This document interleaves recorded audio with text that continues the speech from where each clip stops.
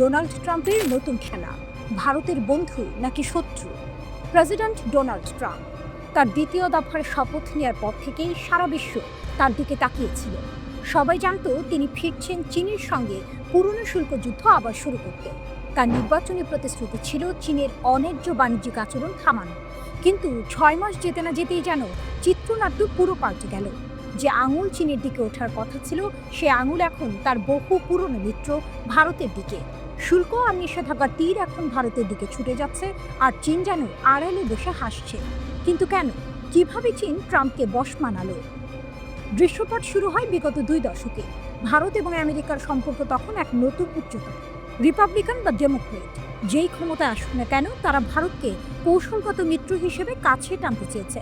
Quad জোট গঠন থেকে শুরু করে সামরিক চুক্তি, যৌথ মহড়া, সবকিছুই চীনকে প্রতিহত করার জন্য এক দারুণ স্ট্র্যাটেজি।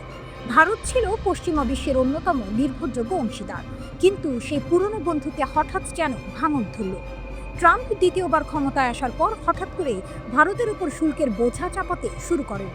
ওষুধের ওপর শুল্ক 250% করার হুমকি তো রীতিমতো চমকে দিয়েছে সবাইকে। অথচ চীনের ওপর সর্বোচ্চ শুল্ক ছিল মাত্র 45%। ভারতের ওপর অতিরিক্ত 25% শুল্ক আরোপ ট্রাম্পের, মোট দাঁড়ালো 50। কেন এই বৈষম্য? ট্রাম্পের অভিযোগ দুটি। প্রথমত, ভারতের সঙ্গে আমেরিকার বাণিজ্য ঘাটতি। দ্বিতীয়ত, রাশিয়া থেকে ভারতের তেল কেনা। এই দুটি অভিযোগেই চীন ভারতের চেয়ে অনেক এগিয়ে। আমেরিকার সঙ্গে চীনের বাণিজ্য ঘাটতি $295 বিলিয়ন, যেখানে ভারতের সঙ্গে মাত্র 46 বিলিয়ন। রাশিয়া থেকে তেল আমদানির ক্ষেত্রেও চীন ভারতের চেয়ে অনেক বেশি পরিমাণে তেল ও কয়লা কেনে, কিন্তু শাস্তিটা দেওয়া হচ্ছে শুধু ভারতকে। তাহলে কি চীন ট্রাম্পের ওপর কোনো জাদুমন্ত্র প্রয়োগ করেছে? রহস্যের সমাধান লুকিয়ে আছে এক বিশেষ ধরনের খনিজ পদার্থের মধ্যে, বিরল খনিজ। পৃথিবীর 90% বিরল খনিজ মজুদ রয়েছে চীনের কাছে। এই খনিজগুলো আধুনিক যুদ্ধ বিমান, ক্ষেপণাস্ত্র, নাইট ভিশন ডিভাইস, এমনকি ড্রোন তৈরিতে অপরিহার্য। ট্রাম্প যখন চীনের ওপর শুল্ক বাড়ালেন, চীন পাল্টা হিসেবে এই বিরল খনিজ রপ্তানি সীমিত করে দিল। আর এখানেই ঘটল আসল টুইস্ট। মার্কিন প্রতিরক্ষা শিল্পে ধস নামা শুরু হলো। একটি ড্রোন প্রস্তুতকারী কোম্পানি চুম্বক না পেয়ে উৎপাদন বন্ধ করে দিল। একটি কোম্পানিকে বিরল খনিজ কেনার জন্য বাজারের দামের চেয়ে 60 গুণ বেশি টাকা দিতে হলো। আমেরিকার প্রতিরক্ষা বিভাগের ব্যবহৃত 80,000 উপাদান এই বিরল খনিজগুলোর ওপর নির্ভরশীল। জার্মেনিয়াম, গ্যালিয়াম, অ্যান্টিমনি এমন খনিজ রপ্তানি বন্ধ হয়, পুরো আমেরিকান প্রতিরক্ষা ব্যবস্থা হুমকির মুখে পড়ল। ট্রাম্পের সামনে দুটি পথ ছিল। হয় তিনি চীনের বিরুদ্ধে কঠোর অবস্থান ধরে রাখবেন এবং নিজ দেশের প্রতিরক্ষা শিল্পকে ঝুঁকির মধ্যে ফেলবেন, অথবা চীনের সঙ্গে আপোষ করবেন। তিনি দ্বিতীয় পথটি বেছে নিলেন।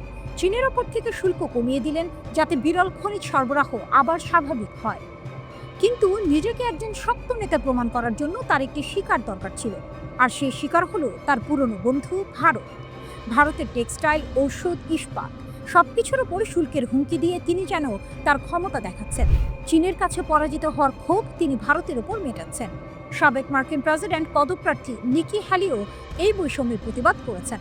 তিনি বলেছেন, চীন যদি রাশিয়ার সবচেয়ে বড় তেল ও গ্যাস ক্রেতা হয়, তবে কেন শুধু ভারতকে শাস্তি দেওয়া হচ্ছে? এই আচরণ মিত্রদের মধ্যে আস্থার সংকট তৈরি করবে। সব মিলিয়ে ট্রাম্পের এই নাটকীয় সিদ্ধান্ত এটাই প্রমাণ করে যে আন্তর্জাতিক রাজনীতিতে বন্ধু শত্রু বলে কিছু নেই, আছে কেবল স্বার্থের খেলা। আর এই খেলায় ভারতের মতো একটি নির্ভরযোগ্য বন্ধুকে দূরে ঠেলে দিয়ে ট্রাম্প আপাত দৃষ্টিতে চীনের কাছে নিজের পরাজয় স্বীকার করে নিয়েছেন। কিন্তু এর দীর্ঘমেয়াদী প্রভাব কি হবে, সেটাই এখন দেখার বিষয়।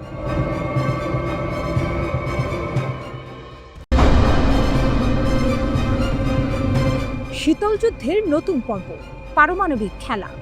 গল্পটা শুরু হয়েছিল প্রায় 4 দশক আগে, যখন বিশ্ব ছিল দুটি শিবিরে বিভক্ত। একদিকে মার্কিনীদের নেতৃত্বাধীন জোট, অন্যদিকে সোভিয়েত ইউনিয়ন। দুই পরাশক্তির মধ্যে পারমাণবিক যুদ্ধের ঝুঁকি ছিল সর্বোচ্চ। সেই ভয়াবহ পরিস্থিতি থেকে মুক্তি পেতে জন্ম হয়েছিল এক ঐতিহাসিক চুক্তি, INF চুক্তি। এই চুক্তিটি ছিল পারমাণবিক ক্ষেপণাস্ত্র মোতায়েনের ওপর এক বড় লাগাম। বলা হয়েছিল, কেউ আর 500 থেকে 5500 কিলোমিটার পাল্লার ক্ষেপণাস্ত্র ব্যবহার করতে পারবে না। এতে সাময়িকভাবে স্বস্তির নিঃশ্বাস ফেলেছিল পুরো বিশ্ব। কিন্তু সেই শান্তির গল্পে এবার ভাঙন ধরেছে।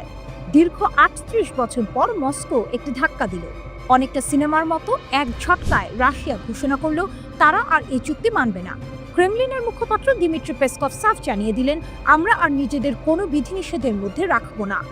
এর মানে হলো রাশিয়া এখন থেকে ইচ্ছামতো মাঝারি পাল্লার পারমাণবিক ক্ষেপণাস্ত্র মোতায়েন করতে পারবে। এই ঘোষণার পর যেন ইউরোপে তীব্র আতঙ্কের ঢেউ আছড়ে পড়ল। ওয়াশিংটন থেকে লন্ডন পর্যন্ত জরুরি বৈঠকের পর বৈঠক চলতে শুরু করলো। সবার মনে একটাই প্রশ্ন, তাহলে কি আরেকটি পারমাণবিক সংঘাতের মুখোমুখি হতে যাচ্ছে বিশ্ব? যুদ্ধ চাইলে যুদ্ধ। এই ঘোষণার পেছনে আসলে বেশ কিছু কারণ লুকিয়ে আছে। রাশিয়া বলছে তারা তাদের নিরাপত্তা রক্ষার জন্য এই পদক্ষেপ নিয়েছে। তাদের অভিযোগ, যুক্তরাষ্ট্র ও তার পশ্চিমা মিত্ররা রাশিয়াকে চারদিক থেকে ঘিরে ধরেছে, ক্রমাগত হুমকি, নিষেধাজ্ঞা আর আগ্রাসনের ফাঁদ টানছে। এর জবাবেই মস্কো এমন কঠোর পদক্ষেপ নিতে বাধ্য হয়েছে। তাদের বক্তব্য যথেষ্ট হয়েছে আর নয়। কিন্তু আসল মোচড়টা আসে যখন পশ্চিমা নিরাপত্তা বিশ্লেষকরা অন্য একটি দিক তুলে ধরে। তাদের মতে রাশিয়ার এই ঘোষণা আসলে একটি আনুষ্ঠানিকতা মাত্র, কারণ রাশিয়া নাকি অনেক আগেই গোপনে এই চুক্তি লঙ্ঘন করছিল। তারা ওরেশনিক নামে একটি নতুন হাইপারসনিক ক্ষেপণাস্ত্র পরীক্ষা করেছে, যা মাঝারি পাল্লার। গত বছরের নভেম্বরে ইউক্রেনে এর পরীক্ষামূলক ব্যবহারও হয়েছে বলে জানা গেছে। তাহলে কি রাশিয়া কেবল আনুষ্ঠানিক ঘোষণা দিয়ে পশ্চিমকে বার্তা পাঠাতে চাইছে? একটি লুকোনো হুমকি, ভুলে যেও না আমাদের কাছে এই ক্ষেপণাস্ত্রগুলো আছে। ট্রাম্পের হাত ধরে চুক্তির সমাপ্তি। এই নাটকীয়তার শুরু অবশ্য বেশ কয়েক বছর আগে। 2019 সালে তৎকালীন মার্কিন প্রেসিডেন্ট ডোনাল্ড ট্রাম্প এই চুক্তি থেকে বেরিয়ে আসার ঘোষণা দেন।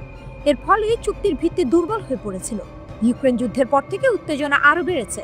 রাশিয়া বারবার পশ্চিমাদের সতর্ক করেছে পারমাণবিক যুদ্ধের ঝুঁকি নিয়ে। এমনকি পুতিনও বলেছেন এই খেলা বন্ধ করা উচিত। কিন্তু গত সপ্তাহে ট্রাম্প রাশিয়ার সামুদ্রিক সীমান্তের কাছে পারমাণবিক অস্ত্রবাহী সাবমেরিন মোতায়েনের ঘোষণা দিলে পরিস্থিতি আরও ঘোলাটে হয়। বলা যায় এটিই ছিল শেষ পেরে। এখন পরিস্থিতি এমন এক জায়গায় এসে দাঁড়িয়েছে যেখানে প্রতিটি পদক্ষেপই নতুন কোনো সংঘাতের জন্ম দিতে পারে। রাশিয়া বলছে তারা কোনো চাপ মানবে না। পশ্চিমা বিশ্ব সতর্ক হচ্ছে, জরুরি বৈঠক চলছে। কিন্তু সবার মনে একটাই প্রশ্ন, এই খেলাটা কি শেষ পর্যন্ত একটা চরম পরিণতির দিকেই যাচ্ছে? মস্কো কি সত্যিই আবার সুপার পাওয়ারের মুকুট পড়তে চাইছে, নাকি এটা শুধু একটি হুমকি?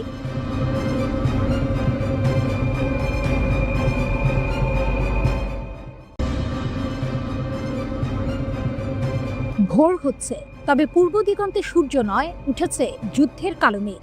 চারিদিকে শুধু রণক্ষেত্রের গন্ধ।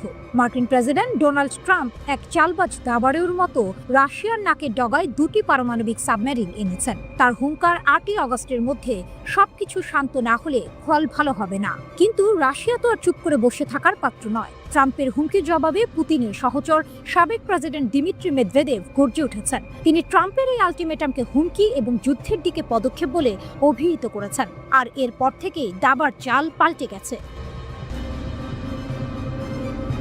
পারমাণবিক অচলাবস্থা, রাশিয়ার পাল্টা চাল। রাশিয়া তার পারমাণবিক ক্ষেপণাস্ত্রের উপর থেকে সমস্ত নিষেধাজ্ঞা তুলে নিয়েছে। ক্রেমলিন ঘোষণা করেছে এখন থেকে মস্কো আর আইএনএফ যুগের ক্ষেপণাস্ত্র পাল্লার বিধিনিষেধ মেনে চলতে বাধ্য নয়। অর্থাৎ তারা এখন 500 থেকে 5500 কিলোমিটার পাল্লার মধ্যে ভূমি থেকে উৎক্ষেপণযোগ্য ক্ষেপণাস্ত্র যে কোনো মুহূর্তে মোতায়েন করতে পারে। এই ঘটনার জন্য রাশিয়া সরাসরি মার্কিন যুক্তরাষ্ট্র এবং ন্যাটোকে দায়ী করেছে। তাদের বক্তব্য, পশ্চিমারা তাদের নিরাপত্তা বিঘ্নিত করছে এবং কৌশলগত ভারসাম্য নষ্ট করার চেষ্টা করছে। আইএনএফ চুক্তি ও তার পরিণতি। 1987 সালের আইএনএফ চুক্তি, যা স্বল্প ও মাঝারি পাল্লার ক্ষেপণাস্ত্রের ব্যবহার নিষিদ্ধ করেছিল, 2019 সালে মার্কিন যুক্তরাষ্ট্রই প্রথম তা ভেঙে দেয়। তখন তারা রাশিয়াকে চুক্তি লঙ্ঘনের জন্য অভিযুক্ত করেছিল। রাশিয়া তখন বলেছিল যে আমেরিকা নতুন করে কোনো ক্ষেপণাস্ত্র মোতায়েন না করলে তারাও করবে না। কিন্তু এখন সেই প্রতিশ্রুতি থেকে তারা সরে এসেছে। রাশিয়ার পররাষ্ট্র মন্ত্রণালয় স্পষ্টভাবে জানিয়েছে চুক্তিটি আর পালনের মতো অবস্থায় নেই। পররাষ্ট্রমন্ত্রী সের্গেই ল্যাভরভ এর আগেও সতর্ক করে দিয়েছিলেন যে মার্কিন যুক্তরাষ্ট্রের কোনো পদক্ষেপের প্রতিক্রিয়া হিসেবে মস্কো পাল্টা ব্যবস্থা নিতে পারে।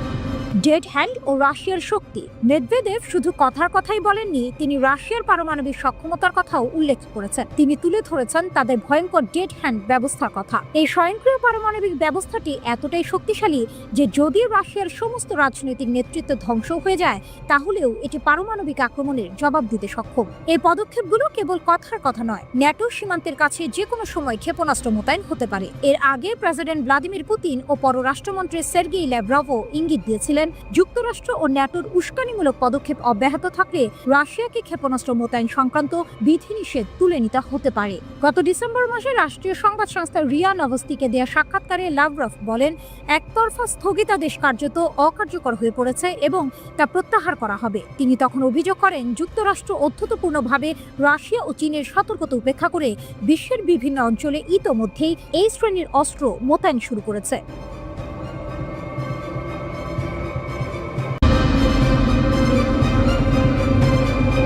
পারমাণবিক খেলার নতুন অধ্যায়, ট্রাম্পের চাল, পুতিনের পাল্টা। স্নায়ুযুদ্ধের সময়ও এমন দৃশ্য দেখা যায়নি।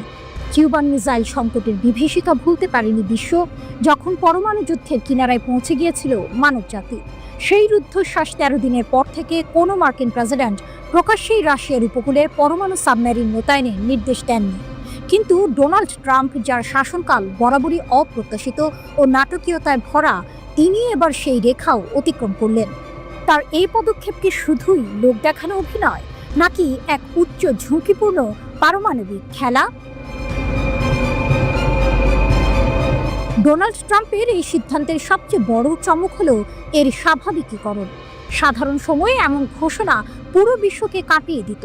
স্টক মার্কেট ধসে পড়ত, জরুরি বৈঠক বসত জাতিসংঘে, আর মানুষের মনে জমা হতো এক অজানা আতঙ্ক। কিন্তু ট্রাম্পের আমলে একের পর এক অপ্রচলিত ঘটনার সাক্ষী হতে হতে বিশ্ব যেন কিছুটা অভ্যস্ত হয়ে গেছে। তাই কিউবান সংকটের মতো ভয়াবহতা এবার দেখা যাচ্ছে না। কিন্তু এর মানে এই নয় যে ঝুঁকি নেই, বরং ট্রাম্পের এই পদক্ষেপ পরমাণু উত্তেজনার সিঁড়িতে এক নতুন এবং সম্ভবত বিপজ্জনক ধাপের জন্ম দিয়েছে। ট্রাম্পের এই চালকে অনেকেই বলছেন তিনি আসলে পুতিনের কৌশলই ব্যবহার করছেন। দীর্ঘদিন ধরে পুতিন পারমাণবিক অস্ত্রকে এক ধরনের দর কষাকষির হাতিয়ার হিসেবে ব্যবহার করে আসছেন। যখনই পশ্চিমা দেশগুলোর সঙ্গে উত্তেজনা বেড়েছে, তিনি কালিনিনগ্রাদে পরমাণু বহনে সক্ষম ইস্কান্দার ক্ষেপণাস্ত্র মোতায়েন করেছেন। 2023 সালে বেলারুশে পারমাণবিক অস্ত্র মোতায়েন করে তিনি স্নায়ুযুদ্ধের পর প্রথমবার রাশিয়ার বাইরে পারমাণবিক অস্ত্র স্থাপন করেন। এমনকি ইউক্রেন যুদ্ধেও তিনি বারবার কৌশলগত পারমাণবিক অস্ত্র ব্যবহারের ইঙ্গিত দিয়েছেন। এই প্রেক্ষাপটে ট্রাম্প যেন পুতিনেরই আয়নায় নিজেকে দেখালেন। পুতিনের হুমকিকে ট্রাম্প আসল হুমকি হিসেবে নিয়েছেন এবং তার পাল্টা জবাব হিসেবে পারমাণবিক সাবমেরিন মোতায়েনের মতো চরম পদক্ষেপ নিয়েছেন। মজার বিষয় হলো, ট্রাম্পের সমর্থকরা সবসময় বলে থাকেন তার কথাকে আক্ষরিক অর্থে নয়, বরং রূপক অর্থে বুঝতে হবে। অথচ এবার তিনি নিজেই প্রতিপক্ষের রূপক হুমকিকে আক্ষরিক অর্থে নিয়ে পাল্টা চাল দিলেন।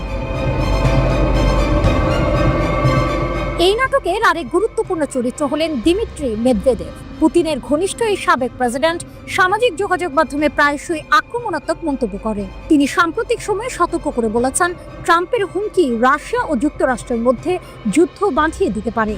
এর জবাবে ট্রাম্প তার নিজের প্ল্যাটফর্ম ট্রুথ সোশ্যালে লিখেছেন, শব্দের গুরুত্ব অনেক, আর সেগুলো অনেক সময় এমন পরিণতি ডেকে আনতে পারে যা কেউ চায় না। এই মন্তব্যের মধ্য দিয়ে ট্রাম্প একদিকে যেমন মেদভেদেভকে উপেক্ষা করছেন না, অন্যদিকে তেমনই তার পদক্ষেপকে কেবল মুখের কথা নয়, বাস্তব পদক্ষেপ হিসেবে তুলে ধরছেন।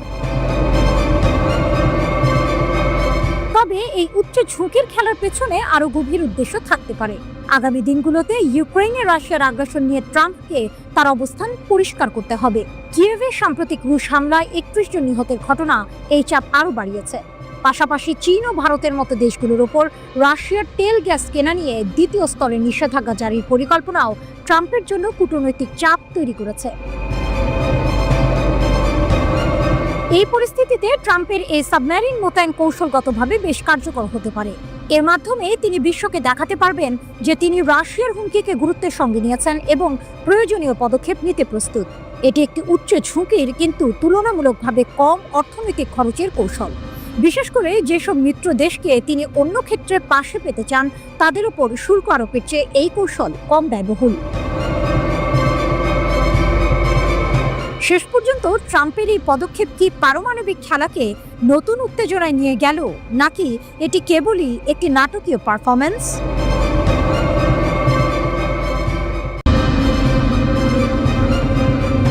মধ্যপ্রাচ্যের আকাশে নতুন অধ্যায়। রুশ ঢালে অপ্রতিরোধ ইরান। তেল আবিব থেকে ওয়াশিংটন, বিশ্বের তাবর তাবর সামরিক হেডকোয়ার্টারের মনিটরে ভেসে ওঠা একটি লাল বিন্দু সব হিসেব উল্টে দেবে। এতদিন যে ইসরায়েলি F-35 স্টেলথ ফাইটারকে আকাশের অপ্রতিরোধ শিকারী বলে মনে করা হতো, সেটিই এখন শিকারে পরিণত হবে। ইরানের মরুভূমির আকাশে এক নীরব প্রহরী জেগে উঠেছে, যার অদৃশ্য জাল ভেদ করা প্রায় অসম্ভব। খেলা ঘুরে গেছে। ইরানের পারমাণবিক কর্মসূচির প্রাণকেন্দ্র ইস্পাহানের আকাশ এখন আর আগের মতো নেই। গত ২৬ জুলাই মরুভূমির বুক চিরে যখন একটি মিসাইল আকাশে গর্জে উঠল, তখন তা শুধু একটি পরীক্ষা ছিল না, ছিল মধ্যপ্রাচ্যের ক্ষমতার ভারসাম্যে একটি ভূ রাজনৈতিক ভূমিকম্পের ঘোষণা। এটি ছিল রাশিয়ার কিংবদন্তি তুল্য S-400 ট্রায়াঙ্গ এয়ার ডিফেন্স সিস্টেমের প্রথম অপারেশনাল পরীক্ষা, যা এখন ইরানের হাতে। মস্কোর এই পদক্ষেপ নিছক কোনো সামরিক চুক্তি নয়, এটি একটি মাস্টার স্ট্রোক। অত্যন্ত গোপনে রাশিয়ান Il-76 পরিবহন বিমানে করে এই মারাত্মক সিস্টেমের বিভিন্ন অংশ তেহরানে এসে পৌঁছায়। রাশিয়া আনুষ্ঠানিকভাবে মুখে কুলুপ এঁটেছে, যা এই ঘটনাকে আরও রহস্যময় এবং ভয়ঙ্কর করে তুলেছে। S-400 শুধু একটি মিসাইল সিস্টেম নয়, এটি প্রায় 400 কিলোমিটার পর্যন্ত বিস্তৃত এক দুর্ভেদ্য দুর্গ। এর রাডার এতটাই শক্তিশালী যে মার্কিন ও ইসরায়েলিদের অহংকার F-35 স্টেলথ জেটের ছায়াও তার চোখ এড়াতে পারবে না। এর মানে হলো ইরানের আকাশে হামলা চালানোর চিন্তা এখন দুঃস্বপ্নের নামান্তর। ইরানের আকাশসীমায় প্রবেশ করার অর্থ এক অদৃশ্য মৃত্যু ফাঁদে পা দেয়া। কিন্তু প্রশ্ন হলো, রাশিয়া হঠাৎ কেন তার সবচেয়ে উন্নত প্রতিরক্ষা ব্যবস্থা ইরানকে দিল? এখানেই লুকিয়ে আছে আসল টুইস্ট। এটি কোনো উপহার নয়, বরং ইরানের এক শীতল প্রতিশোধ এবং ভূ রাজনৈতিক দাবা খেলার চূড়ান্ত চাল। বেশ কিছুদিন ধরেই রাশিয়ার কাছ থেকে Su-35 যুদ্ধ বিমান পাওয়ার কথা ছিল ইরানের, কিন্তু মস্কো সেই প্রতিশ্রুতি পূরণে দেরি করছিল। সহ্য করতে না পেরে তেহরান তার ধৈর্যের শেষ সীমায় পৌঁছে যায়। তারা মস্কোকে একটি স্পষ্ট বার্তা দেয়, হয় প্রতিশ্রুত যুদ্ধ বিমান দিন, না হলে আমাদের আকাশ রক্ষার জন্য আরও শক্তিশালী কিছু চাই। চাপের মুখে রাশিয়া তার তুরুপের তাস S-400 ইরানের হাতে তুলে দিতে বাধ্য হয়। এটি প্রমাণ করে ইরান এখন আর রাশিয়ার দাবার ঘুঁটি নয়, বরং নিজেই একজন শক্তিশালী খেলোয়াড়, যে প্রয়োজনে রাশিয়ার মতো পরাশক্তিকেও তার দাবি মানতে বাধ্য করতে পারে। এই একটি পদক্ষেপের মাধ্যমে ইরান এবং রাশিয়া যৌথভাবে মধ্যপ্রাচ্যে নিজেদের শক্তির এক নতুন বলয় তৈরি করেছে। ইরানের হাতে এখন এমন এক ঢাল, যা তার পারমাণবিক স্থাপনাগুলোকে যে কোনো হামলা থেকে রক্ষা করবে। অন্যদিকে রাশিয়া তার মিত্রকে শক্তিশালী করে এই অঞ্চলে মার্কিন ও ইসরায়েলি প্রভাবকে সরাসরি চ্যালেঞ্জ জানিয়েছে। মধ্যপ্রাচ্যের দাবা বোর্ডে পুরনো সব চাল এখন অচল। বিশ্ব এখন রুদ্ধশ্বাসে অপেক্ষা করছে এই নতুন চালের জবাবে ইসরায়েল এবং আমেরিকা তাদের পরবর্তী পদক্ষেপ কি নেয়। তবে একটি বিষয় স্পষ্ট, ইরানের আকাশ আর কারো খেলার মাঠ নয়।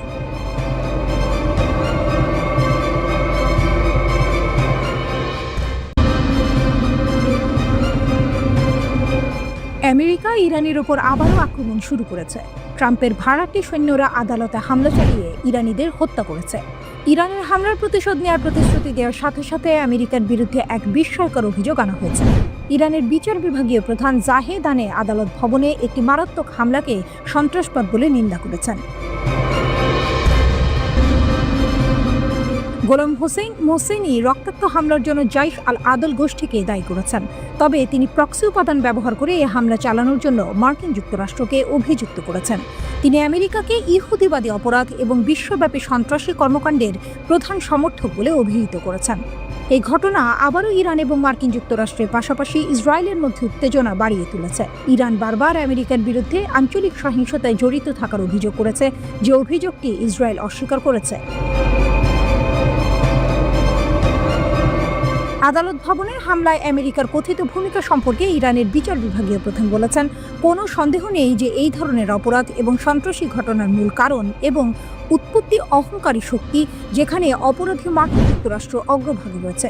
তিনি আরও বলেন, আমেরিকা গাজায় ইহুদিবাদীদের অকথ্য অপরাধের প্রধান পৃষ্ঠপোষক এবং বিশ্বব্যাপী অসংখ্য অপরাধের মূল পরিকল্পনাকারী। 26 জুলাই ইরানের সিস্তান এবং বালুচিস্তান প্রদেশের রাজধানী জাহেদানে একটি সন্ত্রাসী হামলা ঘটে। ইরানের রাষ্ট্র পরিচালিত IRNA সংবাদ সংস্থার মতে 5 জন বেসামরিক নাগরিক সহ কমপক্ষে 10 জন নিহত হয়েছেন। প্রেস টিভির প্রতিবেদন অনুসারে এই হামলায় 2 ডজনেরও বেশি মানুষ আহত হয়েছেন। দক্ষিণ পূর্ব ইরানের বিচার বিভাগীয় ভবনে অজ্ঞাত বন্দুকধারীরা গুলি চালিয়েছে। ইরানি মিডিয়া জানিয়েছে যে এই ঘটনার সময় 3 জন হামলাকারীও নিহত হয়েছে। সোশ্যাল মিডিয়ায় ফুটেজে পুলিশ এবং সন্ত্রাসীদের মধ্যে তীব্র বন্দুকযুদ্ধ দেখা গেছে। এরপরে সন্ত্রাসীরা ভবনে গ্রেনেড ছুড়ে মারে। এ হামলার দায় স্বীকার করেছে জৈশ আল আদল সন্ত্রাসী গোষ্ঠী। এদিকে ইরানের 3টি পারমাণবিক স্থাপনায় সামরিক হামলা চালানোর মাত্র কয়েক সপ্তাহ পরেই ফের তেহরানকে হুমকি দিয়েছেন মার্কিন প্রেসিডেন্ট ডোনাল্ড ট্রাম্প। তিনি বলেছেন, ইরান যদি পারমাণবিক সমৃদ্ধকরণ কর্মসূচি চালিয়ে যায় তাহলে আমরা একে দ্রুত ধ্বংস করে দেব। পারমাণবিক সমৃদ্ধকরণ নিয়ে তেহরানের অবস্থানের প্রতিক্রিয়ায় এই হুঁশিয়ারি দেন মার্কিন প্রেসিডেন্ট। এর আগে তেহরান জানায় তারা বেসামরিক উদ্দেশ্যে পারমাণবিক সমৃদ্ধকরণ চালিয়ে যাবে। ট্রাম্প বলেন, তাদের এটা করা উচিত নয়। আমরা তাদের পারমাণবিক সম্ভাবনা ধ্বংস করে দিয়েছি। তারা আবার শুরু করতে পারে। যদি তারা তা করে তাহলে আমরা এটিকে তত দ্রুত ধ্বংস করে দেব, এত দ্রুত যে আপনি আঙুল তুলতে পারবেন না। ট্রাম্পের বিবৃতির পর ইরানের পররাষ্ট্রমন্ত্রী আরাকচি বলেন, ইরান কখনো হুমকি এবং ভয় দেখানোর ভাষায় সাড়া দেবে না। তিনি জানিয়েছেন, ইরানে যদি আবার আক্রমণ করা হয় তবে আরও সিদ্ধান্তমূলক প্রতিক্রিয়া জানাতে দ্বিধা করবে না।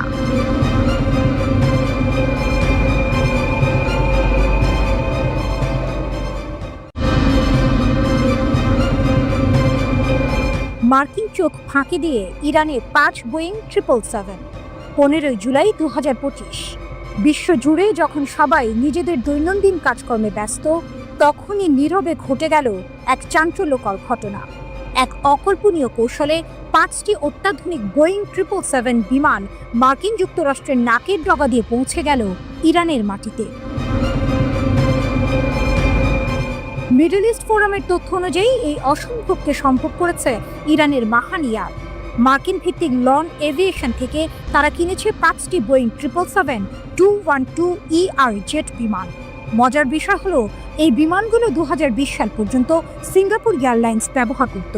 2019 সালের নিষেধাজ্ঞার পর এটাই ছিল ইরানি মার্কিন বিমানের সবচেয়ে বড় অবৈধ স্থানান্তর। এই পুরো অভিযানে নেপথ্যে কাজ করেছে অস্ট্রেলিয়া, চীন, ইন্দোনেশিয়া এবং কম্বোডিয়ার মতো দেশগুলোতে ছড়িয়ে থাকা অসংখ্য ফ্রন্ট কোম্পানি। বিমানগুলো প্রথমে অস্ট্রেলিয়া থেকে চীনে, তারপর ইন্দোনেশিয়া ও কম্বোডিয়া হয়ে শেষ পর্যন্ত ইরানের মাটিতে পা রাখে।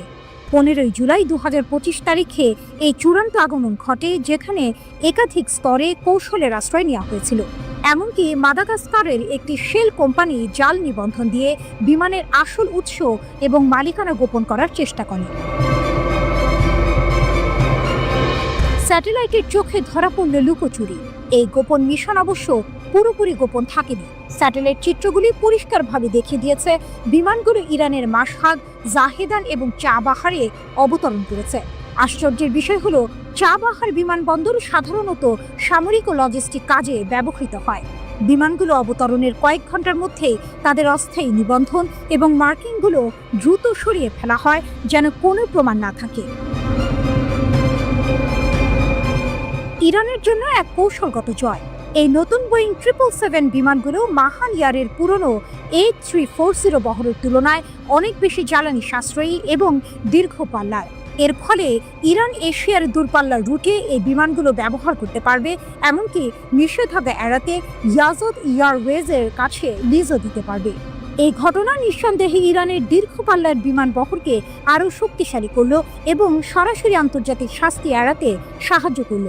সবথেকে চাঞ্চল্যকর বিষয় হলো, এই জেটগুলো একটি মার্কিন কোম্পানি থেকে এসেছিল এবং একাধিক দেশের মধ্য দিয়ে গিয়েছিল, কিন্তু কোনো দেশে এর জন্য শাস্তির সম্মুখীন হয়নি। মার্কিন প্রতিরোধের ক্ষয় এক অশনি সংকেত। প্রতিবেদনে বলা হয়েছে, মার্কিন যুক্তরাষ্ট্র এই পুরো নেটওয়ার্কটিকে আটকাতে বা অবৈধ নিবন্ধন রুটগুলো বন্ধ করতে সম্পূর্ণ ব্যর্থ হয়েছে। ইন্দোনেশিয়ার মতো কিছু দেশের বিরুদ্ধে অতীতেও ইরানের বিমান চোরাচালানে সহায়তা করার অভিযোগ উঠেছে, কিন্তু তাদের বিরুদ্ধে কোনো ব্যবস্থা নেওয়া হয়নি। মিডল ইস্ট ফোরামের প্রতিবেদন অনুযায়ী এটি মার্কিন প্রতিরোধের ক্ষয় এবং ক্রমবর্ধমান ইরানি দায়মুক্তি দেখাচ্ছে। এই ঘটনা কি কেবল একটি বিমান হস্তান্তরের গল্প, নাকি এটি আন্তর্জাতিক ভূ রাজনীতিতে এক নতুন মোড়ের ইঙ্গিত দিচ্ছে, যেখানে পরাশক্তির নিয়ন্ত্রণ দুর্বল হয়ে পড়ছে এবং ইরানের আঞ্চলিক শক্তিগুলো নিজেদের প্রভাব বাড়াচ্ছে? এই প্রশ্নই এখন বিশ্বজুড়ে আলোচনার কেন্দ্রে।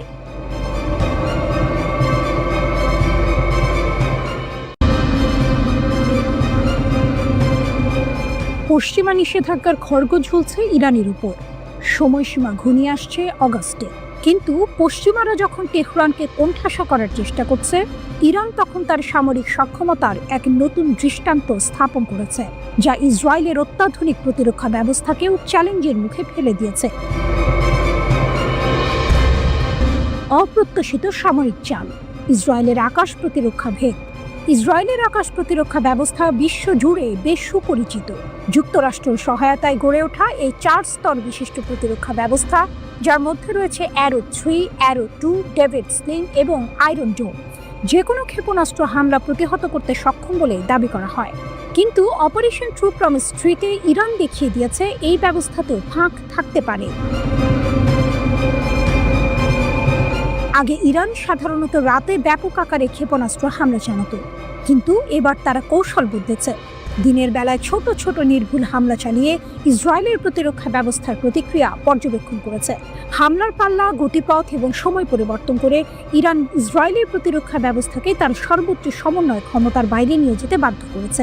ইসরায়েলি ক্ষেপণাস্ত্র বিশেষজ্ঞ কালিস্কির ভাষায়, তারা ইসরায়েলি প্রতিরক্ষা ব্যবস্থাকে বিচ্ছিন্ন করার চেষ্টা করেছে।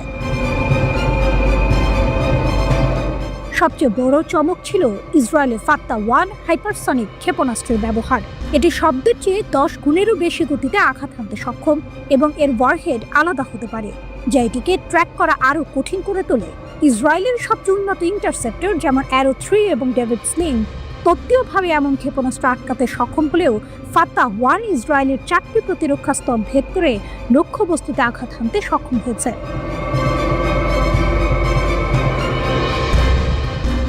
ব্যয়বহুল প্রতিরক্ষা বনাম ইরানের উদ্ভাবন। এই হামলার ফলে ইসরায়েলের ইন্টারসেপ্টরের খরচ এবং ঘাটতি প্রকটভাবে সামনে এসেছে। ইসরায়েলকে বাধ্য হয়ে সবচেয়ে বড় হুমকির ক্ষেপণাস্ত্রগুলোকেই কেবল টার্গেট করতে হচ্ছে। এর অর্থ হলো কিছু ক্ষেপণাস্ত্র ইসরায়েলের প্রতিরক্ষা ব্যবস্থা ভেদ করে চলে গেছে। এই ঘটনাগুলো বিশেষ করে সংঘাতের গতি এবং ভৌগোলিক নিয়ন্ত্রণ করার ইরানের ক্ষমতা, কৌশলগত ক্ষমতার ভারসাম্যে একটি উল্লেখযোগ্য পরিবর্তনের ইঙ্গিত দেয়। এমনকি পশ্চিমা বিশেষজ্ঞরাও স্বীকার করতে বাধ্য হয়েছেন যে ইরান পশ্চিমা ক্ষেপণাস্ত্র প্রতিরক্ষা মতবাদের মূল নীতিকে চ্যালেঞ্জ করেছে। র্যান্ড কর্পোরেশনের রাফায়েল কোহেন স্বীকার করেছেন যে কোনো ক্ষেপণাস্ত্র ব্যবস্থা, এমনকি ইসরায়েলের মতো অত্যাধুনিক ব্যবস্থাও শেষ পর্যন্ত দুর্বলতা প্রকাশ করবে। তার মতে একটি প্রতিরক্ষা ব্যবস্থার মূল বিষয় হলো নিখুঁত একক স্তর তৈরি করা নয়, বরং এর সম্মিলিত প্রভাব। কালিস্কি যেমনটি বলেছেন, আমরা উভয়েই শেখার প্রক্রিয়ায় আছি। তারা তাদের আক্রমণ উন্নত করার চেষ্টা করছে আর আমরা আমাদের প্রতিরক্ষা। এই উক্তিটি ইসরায়েলি দর্শকদের আশ্বস্ত করার উদ্দেশ্যে বলা হলেও এটি তেহরানের দীর্ঘদিনের দাবিকেই সমর্থন করে। প্রতিরোধ, উদ্ভাবন এবং কৌশলগত গভীরতা ভারী সশস্ত্র প্রতিপক্ষের বিরুদ্ধেও ক্ষমতার ভারসাম্যকে বদলে দিতে পারে। ইরানকে তাহলে পশ্চিমাদের নিষেধাজ্ঞার চাপ উপেক্ষা করে নিজস্ব পথেই হাঁটবে, নাকি শেষ মুহূর্তে কোনো চুক্তি হবে? অগাস্টের সময়সীমা ঘনিয়ে আসার সাথে সাথে এই প্রশ্নগুলোর উত্তর আরও স্পষ্ট হবে।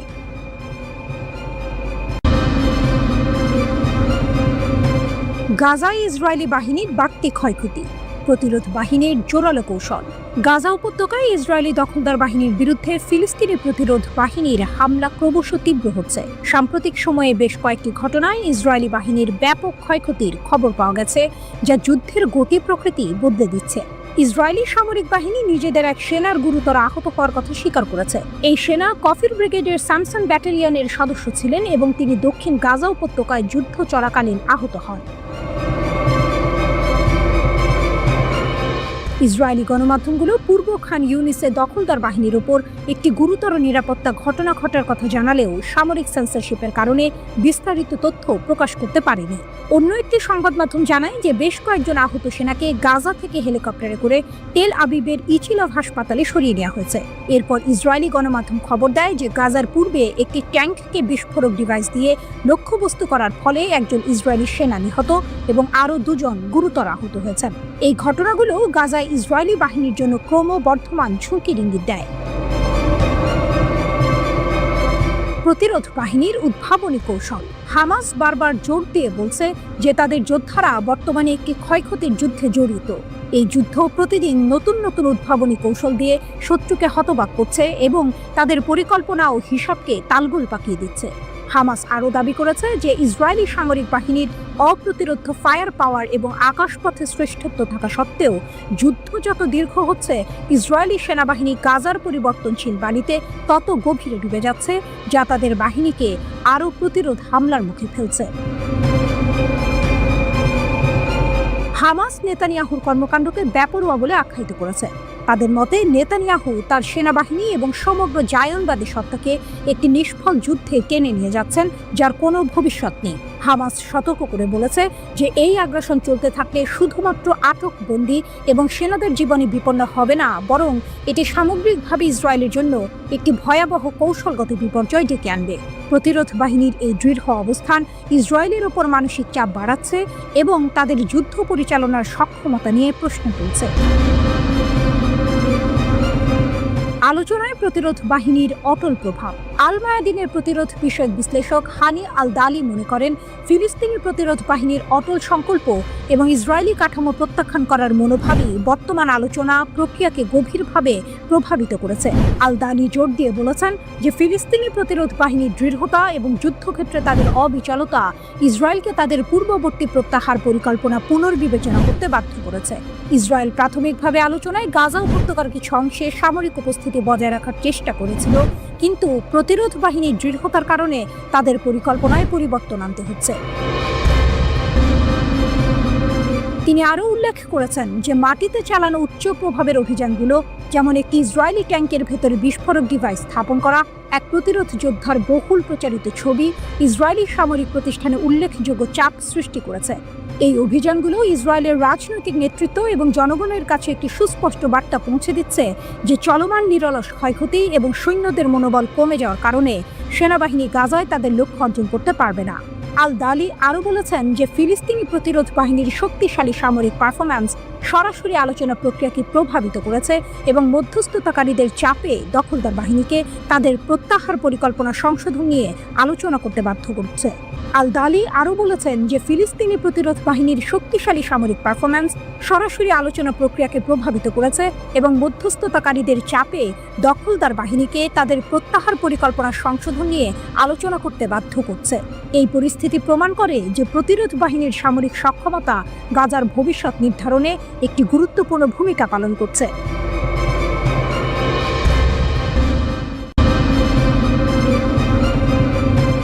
ইসরায়েল পাকিস্তানের ছায়াযুদ্ধ, কার পালা এবার? মিডল ইস্ট আইয়ের বিশ্লেষণ। গত জুনে যখন ইসরায়েল ইরানে হামলা চালালো, সারা বিশ্ব স্তম্ভিত হয়ে দেখল কিভাবে পশ্চিমা গণমাধ্যম সেই বাস্তবতাকে উল্টে দিয়ে ইরানকে হুমকি হিসেবে ঘোষণা করল। কিন্তু এই ঘটনার শীতল প্রশ্নটি হলো, এবার কার পালা? পাকিস্তানের প্রতিরক্ষামন্ত্রী খাজা আসিফ ঠিকই বলেছেন, মুসলিম দেশগুলোকে এখন ঐক্যবদ্ধ হতে হবে, নইলে সবার পালা আসবে। এটা নিছকই কোনো কূটনৈতিক আক্ষেপ নয়, বরং এক ভয়াবহ সতর্ক সংকেত। পশ্চিমাদের এখন আর জাতিসংঘের প্রস্তাব লাগে না। সংবাদ মাধ্যমের শিরোনাম, অর্থনৈতিক অবরোধ আর বয়ান নির্মাণের যুদ্ধ, এসবই এখন তাদের নতুন কৌশল। যদি তাতেও কাজ না হয়, তাহলে ইসরায়েলের মতো আগাম ধারণার ভিত্তিতে হামলা চালানো যাবে। প্রধানমন্ত্রী বেনিয়ামিন নেতানিয়াহু আসলে মুখ ফসকে সত্যিটাই বলে দিয়েছেন যখন তিনি পারমাণবিক অস্ত্রধারী বেয়ারা মুসলিম দেশগুলোর শাসকের কথা বলেন। ইরাককে বোমা মেরে ধ্বংস করা হয়েছে, লিবিয়াকে নিরস্ত্র করা হয়েছে, আর এখন ইরানকে গলা টিপে মারার চেষ্টা চলছে। কিন্তু পাকিস্তানই কেন শেষ সীমান্ত? কারণ পাকিস্তান শুধু একটি দেশ নয়, এটি পশ্চিমা ও জায়নবাদী আধিপত্যের বিরুদ্ধে এক কৌশলগত, আদর্শগত এবং প্রযুক্তিগত প্রতিরোধের প্রতীক। পশ্চিমা বিশ্বের জন্য এটি এক কাঁটা, যা তাদের বিশ্ব ব্যবস্থার জন্য চূড়ান্ত বিপদসীমা। সম্প্রতি ভারতের টাইমস অফ ইন্ডিয়ার একটি প্রতিবেদন ছড়িয়েছে, যেখানে দাবি করা হয়েছে পাকিস্তান নাকি এমন আন্তঃমহাদেশীয় ক্ষেপণাস্ত্র তৈরি করছে যা যুক্তরাষ্ট্র পর্যন্ত পৌঁছাতে সক্ষম। মজার ব্যাপার হলো, এর জন্য কোনো নিশ্চিত প্রমাণ দরকার নেই, সামান্য ইঙ্গিতই সন্দেহ ছড়ানোর জন্য যথেষ্ট। ঠিক যেমন 2001 সালে ঝাপসা স্যাটেলাইট ছবি দিয়ে ব্যাপক বিধ্বংসী অস্ত্রের গল্প ফেঁদে ইরাকের ওপরে ঝাঁপিয়ে পড়া হয়েছিল, ঠিক তেমনই পাকিস্তানের পারমাণবিক সক্ষমতাকে এখন বৈশ্বিক বোঝা হিসেবে দেখানো হচ্ছে। কিন্তু এই গল্পের সবচেয়ে বড় টুইস্ট হলো, পশ্চিমা সমস্যা আসলে পাকিস্তানের কাজকর্ম নিয়ে নয়, বরং পাকিস্তান যা কিছু প্রতিনিধিত্ব করে তা নিয়ে। পাকিস্তান একটি ইসলামী প্রজাতন্ত্র, একটি পারমাণবিক শক্তিধর দেশ এবং চীনের মিত্র। এই তিনের সম্মিলনই পশ্চিমের চোখে পাকিস্তানকে এক অস্থিতিশীল এবং উগ্রবাদের প্রতি সহানুভূতিশীল রাষ্ট্র হিসেবে চিত্রিত করে, যারা পারমাণবিক যুদ্ধ শুরু করতে মুখিয়ে আছে। অথচ মজার বিষয় হলো, পাকিস্তান তার 7 দশকের ইতিহাসে কখনোই কোনো ধর্মভিত্তিক দলকে নির্বাচনের মাধ্যমে ক্ষমতায় আনেনি। অন্যদিকে ভারত এমন একজনকে উৎসাহের সঙ্গে ক্ষমতায় বসিয়েছে, যিনি 2002 সালের গুজরাট গণহত্যার সময় মুখ্যমন্ত্রী ছিলেন। অভিযোগ আছে তিনি সে সময় চোখ বন্ধ করে রেখেছিলেন। সেই নরেন্দ্র মোদী এখন এমন একটি দলের নেতৃত্ব দিচ্ছেন, যা প্রকাশ্যেই একটি হিন্দু জাতীয়তাবাদী রাষ্ট্র গঠনের কথা বলে, যেখানে মুসলমান ও অন্যান্য সংখ্যালঘুদের প্রান্তিক করে তোলা হবে। এরপরও ব্রিটিশ ও পশ্চিমা সংবাদ মাধ্যম ভারতকে এখনও যুক্তিবাদী রাষ্ট্র ও গণতন্ত্রের বাতিঘর হিসেবে দেখে। গত এপ্রিলে পেহেলগামী হিন্দু তীর্থযাত্রীদের ওপর হামলার পর ভারত যখন পাকিস্তানের সম্পৃক্ততার কোনো বিশ্বাসযোগ্য প্রমাণ ছাড়াই সীমান্ত পার হয়ে সামরিক অভিযান শুরু করল, পশ্চিমা সংবাদ মাধ্যম অনেকটাই দিল্লির বয়ানকে প্রশ্নহীনভাবে গ্রহণ করে। এর বিপরীতে পাকিস্তানি কর্মকর্তাদের বৈরিতাপূর্ণ সাক্ষাৎকারের মুখোমুখি হতে হয়। এখানে এক অঘোষিত কিন্তু স্পষ্ট যুক্তি কাজ করে। হিন্দু জাতীয়তাবাদী রাজনীতি যতই সহিংস হোক না কেন, তার রাজনৈতিক পছন্দ হিসেবে বৈধতা পায়। কিন্তু ইসলামপন্থী রাজনীতি ক্ষমতার ধারে কাছে না থাকলেও তাকে অস্তিত্বের হুমকি হিসেবে দেখা হয়। তাহলে পশ্চিমের এই দ্বিমুখী নীতির কারণ কি? এর মূল কারণ হলো, পাকিস্তান তাদের প্রতিষ্ঠিত বিশ্ব ব্যবস্থার বিরোধিতা করে। এটি কেবল পারমাণবিক শক্তিধর মুসলিম দেশ নয়, এটি চীনেরও মিত্র। আর এই তিনটি বৈশিষ্ট্যই পশ্চিমের চোখে পাকিস্তানকে এক ভিন্ন মাত্রার হুমকি হিসেবে দাঁড় করিয়েছে। তাই এবার কার পালা? এই প্রশ্নের উত্তরটা হয়তো আমাদের ধারণার চেয়েও বেশি জটিল এবং গভীর।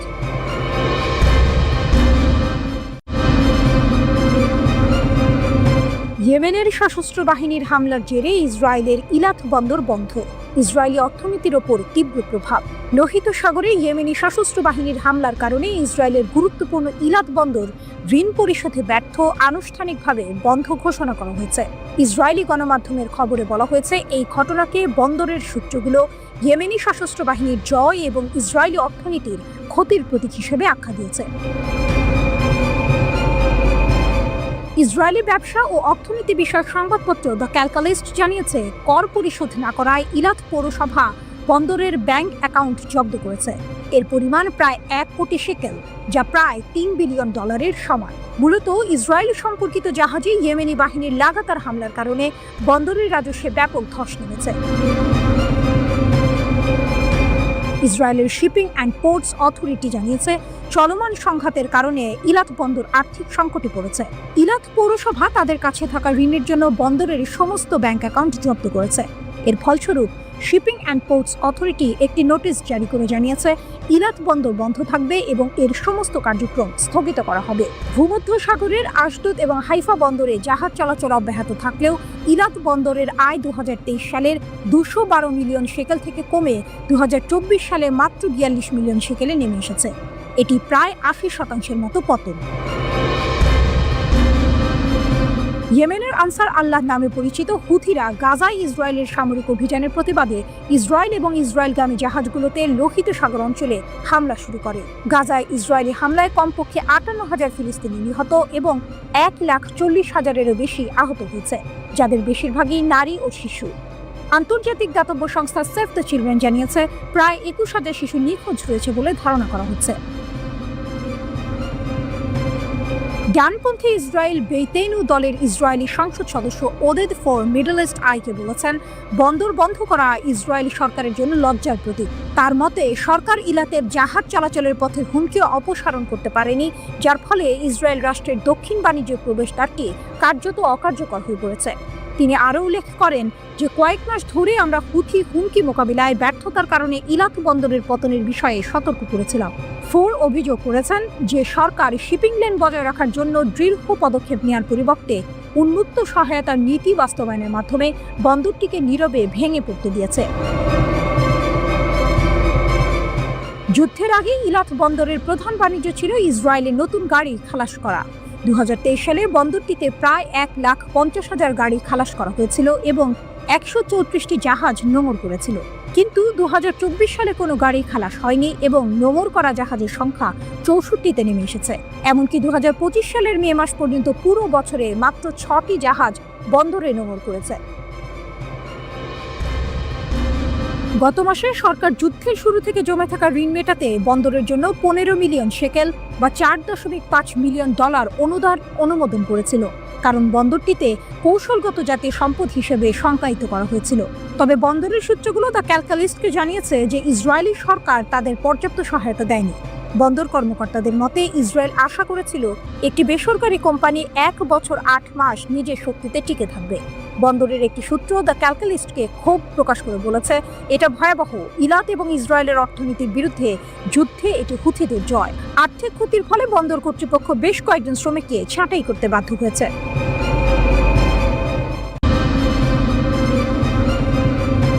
আকাশে সাইরেনের আর্তনাদ, বিমানবন্দরে বন্ধ হলেও বিমান চলাচল। ইসরায়েলের বুকে নেমে এলো এক অপ্রত্যাশিত আতঙ্ক। রাজধানী তেল আবিব লক্ষ্য করে ক্ষেপণাস্ত্র হামলা চালিয়েছে ইয়েমেনের সশস্ত্র বাহিনী। এই হামলায় গোটা ইসরায়েল জুড়ে ছড়িয়ে পড়েছে উদ্বেগ। ক্ষেপণাস্ত্রের আঘাত, বন্ধ বিমানবন্দর। মধ্যরাতে আকস্মিক এক হামলায় কেঁপে উঠল ইসরায়েলের আকাশ। ইয়েমেনের সশস্ত্র বাহিনী তেল আবিবের বেন গুরিয়ন আন্তর্জাতিক বিমানবন্দর লক্ষ্য করে ক্ষেপণাস্ত্র নিক্ষেপ করে। এই হামলার পরপরই ইসরায়েলের বহু শহরে একযোগে বেজে ওঠে সতর্কতামূলক সাইরেন। আনাদুল এজেন্সির খবর অনুযায়ী দ্রুততার সঙ্গে বেন গুরিয়ন বিমানবন্দরের সব ধরনের বিমান চলাচল সাময়িকভাবে বন্ধ করে দেওয়া হয়। ইসরায়েলি সংবাদ মাধ্যম চ্যানেল 12 জানিয়েছে, ইয়েমেন থেকে আসা একটি ক্ষেপণাস্ত্রের কারণেই এই কঠোর নিরাপত্তামূলক পদক্ষেপ নেওয়া হয়। ইসরায়েলি সেনাবাহিনী এক বিবৃতিতে নিশ্চিত করেছে, ইসরায়েলের বিভিন্ন অঞ্চলে সতর্কতামূলক সাইরেন বাজানোর পর ইয়েমেন থেকে উৎক্ষেপণ করা একটি ক্ষেপণাস্ত্র বিমান বাহিনী সফলভাবে প্রতিহত করেছে। অর্থাৎ ক্ষেপণাস্ত্রটি ইসরায়েলে আঘাত হানতে পারেনি, মাঝপথেই এটিকে থামিয়ে দেওয়া হয়েছে। তবে এই হামলার দায় স্বীকার করে নিয়েছে ইয়েমেনের সশস্ত্র বাহিনী। গোষ্ঠীটির সামরিক মুখপাত্র ইয়াহিয়া সারি এক টেলিভিশন ভাষণে জানান, বেন গুরিয়ন বিমানবন্দর লক্ষ্য করে তারা প্যালেস্টাইন 2 নামের একটি হাইপারসনিক ব্যালিস্টিক ক্ষেপণাস্ত্র নিক্ষেপ করেছে। তিনি বলেন, এই অভিযান ছিল একটি গুণগত সামরিক পদক্ষেপ যা সরাসরি বিমানবন্দরের দিকে পরিচালিত হয়েছে।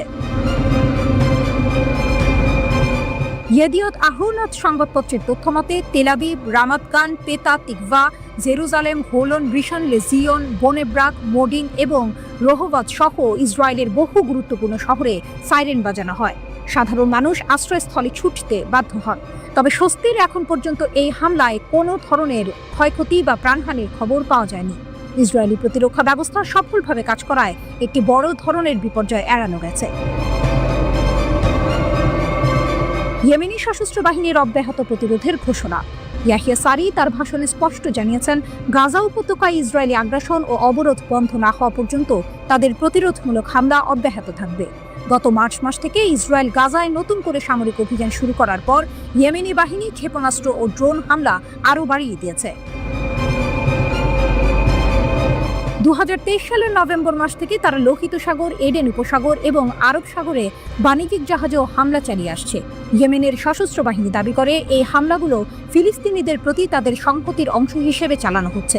গাজার স্বাস্থ্য মন্ত্রণালয় ও আন্তর্জাতিক বিভিন্ন সংস্থার তথ্য অনুযায়ী চলমান ইসরায়েলি হামলায় গাজায় এরই মধ্যে প্রায় 59,000 মানুষ প্রাণ হারিয়েছেন। এই বিপুল সংখ্যক প্রাণহানি ফিলিস্তিন সংহতি আন্দোলনকে আরও জোরদার করেছে, যার প্রভাব হিসেবে ইয়েমেনের সশস্ত্র বাহিনীর মতো গোষ্ঠীগুলো ইসরায়েলের বিরুদ্ধে সরাসরি হামলায় অংশ নিচ্ছে।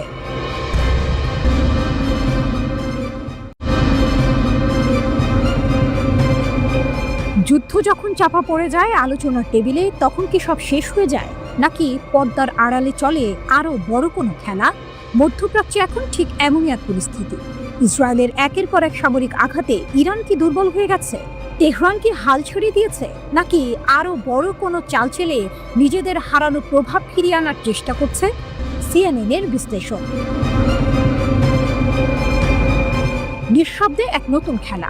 মধ্যপ্রাচ্যের বাতাসে এখন চাপা উত্তেজনা। ইরানের প্রক্সি গ্রুপগুলো যেন নতুন করে জেগে উঠেছে। লোহিত সাগরের গুরুত্বপূর্ণ জলপথ, ইরাকের তেলক্ষেত্র, এমনকি লেবাননের সীমান্তের ওপার থেকে আসছে একের পর এক চাঞ্চল্যকর খবর। মনে হচ্ছে ইরান তার আঞ্চলিক প্রভাব পুনর্গঠনের চেষ্টা করছে, যা গত প্রায় 2 বছরের ধ্বংসাত্মক ইসরায়েলি সামরিক অভিযানে অনেকটাই ক্ষয়প্রাপ্ত হয়েছিল। ওয়াশিংটন ইনস্টিটিউটের সিনিয়র ফেলো মাইকেল নাইটস বলেছেন, ইরান কখনোই তাদের গোষ্ঠীগুলোকে পুনরায় সরবরাহ করা বন্ধ করবে না। এই কথাতেই লুকিয়ে আছে পুরো গল্পের মূল সুর। ইসরায়েল ইরানের গুরুত্বপূর্ণ সামরিক ব্যক্তিত্বদের হত্যা করেছে, এমনকি ইসলামিক রিভলিউশনারি গার্ড কর্পস IRGCর প্রধান হোসেন সালামিকে হারানোর পরও ইরান থেমে নেই। ইয়েমেনের আগুন, লোহিত সাগরের নতুন বিপদ। যুদ্ধের মাত্র 3 দিন পরেই লোহিত সাগরে 750 টন ইরানি ক্ষেপণাস্ত্র এবং সামরিক সরঞ্জামবাহী একটি জাহাজ আটক করা হলো। কি ছিল তাতে? ক্ষেপণাস্ত্র, ড্রোন ইঞ্জিন, রাডার সিস্টেম, সবকিছুই যাচ্ছিল ইয়েমেনের হুথিদের কাছে। মার্কিন সামরিক বাহিনী একে ইয়েমেনের ইতিহাসে বৃহত্তর অস্ত্র আটক হিসেবে আখ্যা দিয়েছে, কিন্তু ইরান এই অভিযোগ সম্পূর্ণ অস্বীকার করে একে আমেরিকার প্রতারণামূলক প্রচেষ্টা বলে অভিহিত করেছে। তবে হুথিরা থেমে নেই। সম্প্রতি তারা গ্রিক মালিকানাধীন একটি জাহাজে হামলা চালিয়েছে, যেখানে 4 জন ক্রু সদস্য নিহত, অন্যরা আহত এবং 11 জন নিখোঁজ হয়েছে। কয়েকদিন আগে আরেকটি লাইবেরিয়ার পতাকাবাহী জাহাজে চালকবিহীন নৌকা, ক্ষেপণাস্ত্র এবং ড্রোন ব্যবহার করে হামলা চালানো হয়।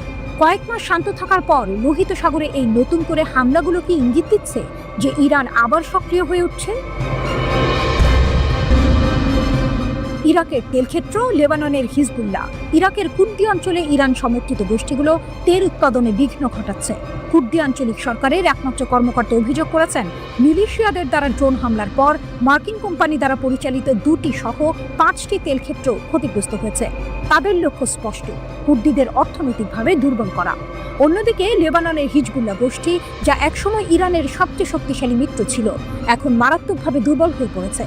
গত বছর ইসরায়েলি হামলায় তাদের সম্মানিত নেতা হাসান নাসরুল্লাহ নিহত হয়েছেন।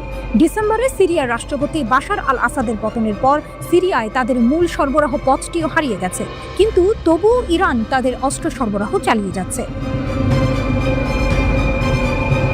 একজন আঞ্চলিক কর্মকর্তা বলছেন, অবশ্যই ইরানিরা তাদের আলোচনার হাতকে শক্তিশালী করার জন্য তাদের কিছু প্রক্সিকে শক্তিশালী করার চেষ্টা করছে।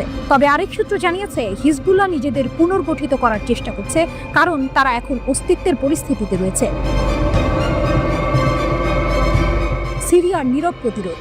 লেবাননে হিজবুল্লাহকে পুনর্বহাল করার ইরানের প্রচেষ্টা অব্যাহত থাকলেও সিরিয়ার নতুন সরকার ইরানের বিরুদ্ধে কঠোর অবস্থান নিয়েছে। সিরিয়ার স্বরাষ্ট্র মন্ত্রণালয় লেবাননে পাঠানো অস্ত্রের বেশ কয়েকটি চালান আটক করেছে। সম্প্রতি তারা ট্যাঙ্ক বিরোধী কর্নেট ক্ষেপণাস্ত্র পাচারের একটি প্রচেষ্টা ব্যর্থ করেছে, যা শাকসবজি বহনকারী একটি ট্রাকে লুকানো ছিল। ওয়াশিংটন ইনস্টিটিউটের সিনিয়র ফেলো মাইকেল নাইটস বলছেন, আমরা এখনো বিদ্যমান, আমরা অক্ষত, কিছুই পরিবর্তন হয়নি। এই লাইনটি হয়তো ইরানের বর্তমান অবস্থার সবচেয়ে ভালো ব্যাখ্যা। তারা হয়তো ক্ষয়প্রাপ্ত হয়েছে, কিন্তু ভেঙে পড়েনি, বরং পর্দার আড়ালে তারা নিজেদের শক্তি পুনর্গঠনের চেষ্টা করছে, যেন যে কোনো মুহূর্তে তারা আবার পুরনো রূপে ফিরে আসতে পারে।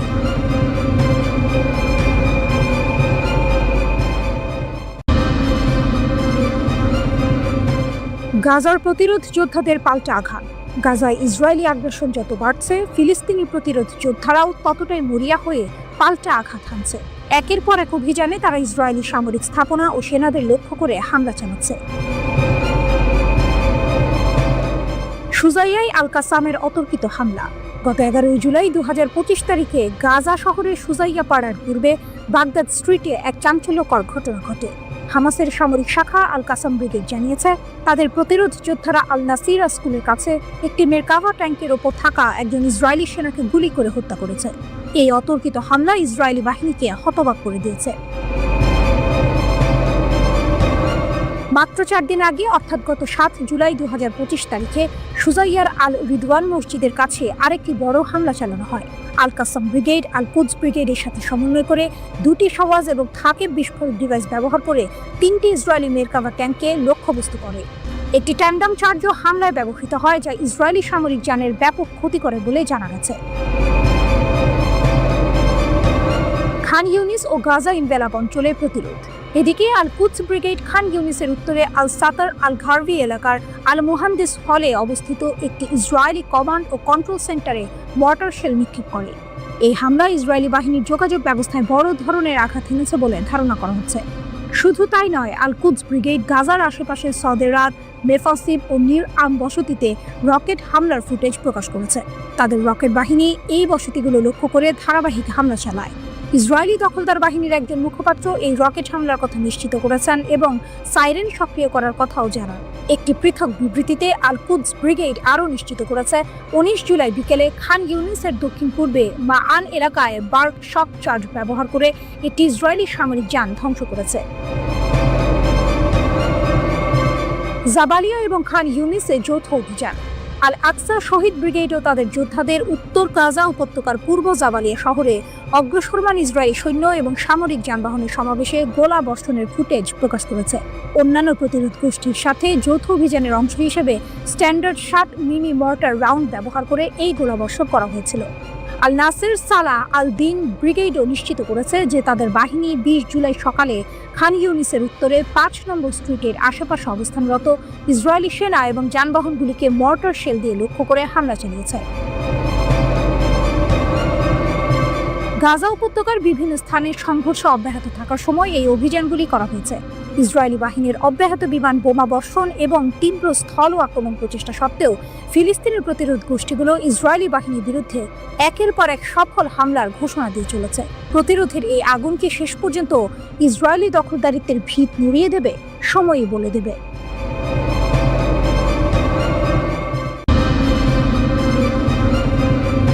ইসরায়েলের সঙ্গে 12 দিনের সংঘাতের পর ইরান তাদের আকাশ প্রতিরক্ষা ব্যবস্থা মেরামত করে ফেলেছে। দেশটির এক শীর্ষ সেনা কর্মকর্তার বরাত দিয়ে এই খবর জানিয়েছে ইরানের বার্তা সংস্থাগুলো। গত জুনে শুরু হওয়া টানা 12 দিনের এই সংঘাতে ইসরায়েলের বিমান হামলা ইরানের আকাশ প্রতিরক্ষা ব্যবস্থায় ব্যাপক ক্ষতি সাধন করেছিল। তবে ইরান দাবি করছে তারা দেশীয় প্রযুক্তিতে সেই ক্ষতি পুষিয়ে নিয়েছে। মধ্যপ্রাচ্যের বাতাসে এখন বারুদের গন্ধ। জুন মাসের এক ভোর ইসরায়েলের যুদ্ধ বিমানগুলো হঠাৎই ইরানের আকাশসীমায় কালো ছায়া ফেলেছিল। 12 দিন ধরে চলেছিল সেই আকাশ যুদ্ধ।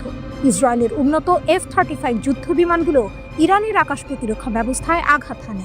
ইরানের S-300 এবং নিজস্ব প্রযুক্তিতে তৈরি বাভার 373 প্রতিরক্ষা ব্যবস্থা ব্যাপক ক্ষতিগ্রস্ত হয়। ইরানও বসেছিল না। পাল্টা ক্ষেপণাস্ত্র আর ড্রোন হামলায় ইসরায়েলি ভূখণ্ডেও কাঁপন ধরিয়েছিল তারা। কিন্তু আকাশ যুদ্ধের পাল্লা ইসরায়েলের দিকেই ভারী ছিল। যুদ্ধের ডামাডোলের পর যখন ধুলো উঠছিল, তখন সবার চোখ ছিল ইরানের দিকে। তারা কি এই অপ্রত্যাশিত আঘাত সামলে উঠতে পারবে? ইরানের সামরিক বাহিনীর অপারেশন বিভাগের উপপ্রধান মাহমুদ মুজাভি একটি চাঞ্চল্যকর ঘোষণা দিলেন। তিনি জানালেন, আমাদের কিছু আকাশ প্রতিরক্ষা ব্যবস্থা ক্ষতিগ্রস্ত হয়েছিল, এটা লুকানোর কিছু নয়। কিন্তু আমাদের সহকর্মীরা দেশীয় সম্পদ ব্যবহার করে সেগুলোর বদলে আগে থেকে নিরাপদ জায়গায় মজুত রাখা ব্যবস্থা প্রতিস্থাপন করেছেন, যেন আকাশসীমা সুরক্ষিত থাকে। এই ঘোষণায় একটি নীরব বিস্ময় লুকিয়েছিল। ইরান কি সত্যি সত্যি এত দ্রুত নিজেদের প্রতিরক্ষা ব্যবস্থা পুনরুদ্ধার করতে পেরেছে? বিদেশি কোনো আকাশ প্রতিরক্ষা ব্যবস্থা আমদানি না করেই তারা কিভাবে এই অসম্ভবকে সম্ভব করল? এখানেই আসল টুইস্ট। ইরান বহু বছর ধরে পশ্চিমা নিষেধাজ্ঞার মুখে নিজস্ব সামরিক সক্ষমতা বাড়াতে জোর দিয়েছিল। তাদের এই সক্ষমতাই এখন ত্রাতার ভূমিকায় অবতীর্ণ হলো।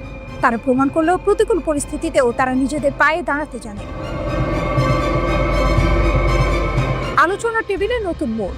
আকাশে যুদ্ধের মেঘ কাটতে না কাটতেই আলোচনা টেবিলে নতুন এক মোড়।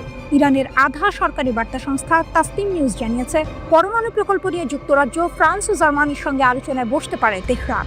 ইউরোপের এই 3 দেশ এবং ইউরোপীয় ইউনিয়নের পররাষ্ট্রনীতি বিষয়ক প্রধান কাজা কালাসের সঙ্গে ইরানের পররাষ্ট্রমন্ত্রী আব্বাস আরাকচির বৈঠকের পরে এই খবর সামনে আসে। 2015 সালে ইরানের ইউরেনিয়াম সমৃদ্ধকরণ সীমিত করার জন্য একটি চুক্তি হয়েছিল। যেখান থেকে 2018 সালে যুক্তরাষ্ট্র সরে যায়। এরপর ডোনাল্ড ট্রাম্প নতুন করে ইরানের সঙ্গে চুক্তি করতে চাইছেন। এ নিয়ে 5 দফা বৈঠক হয়েছে, কিন্তু গত মাসে ইসরায়েলের হামলার পর পরবর্তী ধাপের বৈঠক স্থগিত করে তেহরান। এখন আবার আলোচনা টেবিলে ফিরে আসার ইঙ্গিত দিচ্ছে ইরান। ইসরায়েলের হামলার পর যখন সবাই ভেবেছিল ইরান দুর্বল হয়ে পড়েছে, ঠিক তখনই তারা তাদের নিজস্ব সামরিক শক্তির জোরে ঘুরে দাঁড়ালো। মুসাভির কথায় সেই দৃঢ়তা স্পষ্ট।